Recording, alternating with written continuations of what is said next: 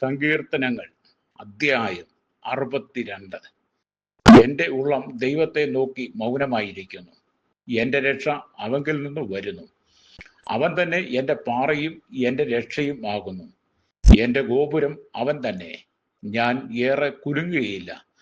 നിങ്ങൾ എല്ലാവരും ചാഞ്ഞ മതിലും ആടുന്ന വേലിയും പോലെ ഒരു മനുഷ്യനെ കൊല്ലേണ്ടതിന് എത്രത്തോളം അവനെ ആക്രമിക്കും.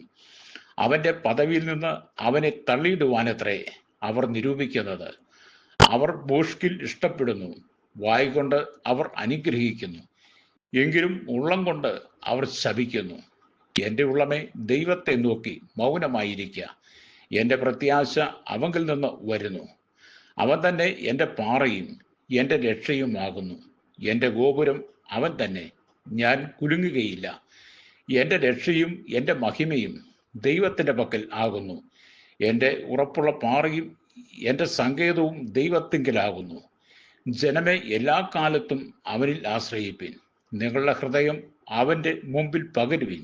ദൈവം നമുക്ക് സങ്കേതമാകുന്നു. സാമാന്യജനം ഒരു ശ്വാസവും ശ്രേഷ്ഠജനം പുഷ്കുമത്രേ. തുലാസിന്റെ തട്ടിൽ അവർ പൊങ്ങിപ്പോകും.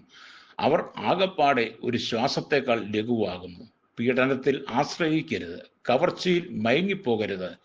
സമ്പത്ത് വർദ്ധിച്ചാൽ അതിൽ മനസ്സ് വെക്കരുത്. ബലം ദൈവത്തിനുള്ളതെന്ന് ദൈവം ഒരിക്കൽ അരുളിച്ചെയ്തു.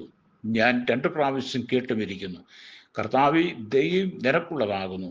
നീ ഓരോരുത്തന് അവനവന്റെ പ്രവൃത്തിക്ക് തക്കവണ്ണം പകരം നൽകുന്നു.